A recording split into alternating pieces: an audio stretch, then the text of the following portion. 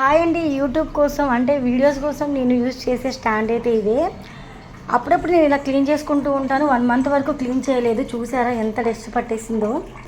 నేను ఈ స్టాండ్ని cooking videos కోసం యూజ్ చేస్తాను కాబట్టి ఆయిల్ అది ఒక్కొక్కసారి చిల్లి పడడం వల్ల జిడ్డు జిడ్డు అయిపోద్ది స్టాండ్ కూడా. సో అప్పుడప్పుడు ఇలా క్లీన్ చేస్తూ ఉంటాను. ఎవరైనా ఇలా క్లీన్ చేస్తారో లేదో నాకు తెలియదు, కానీ నేనైతే ఇలానే క్లీన్ చేస్తానండి. నార్మల్గా క్లాత్తో తుడిచేయచ్చు, కాకపోతే నాకు అంత సాటిస్ఫాక్షన్ అనిపించట్లేదు. సో ఇలా సబ్బుతో రుద్దేసి క్లీన్గా కడిగేస్తున్నాను వాటర్తో.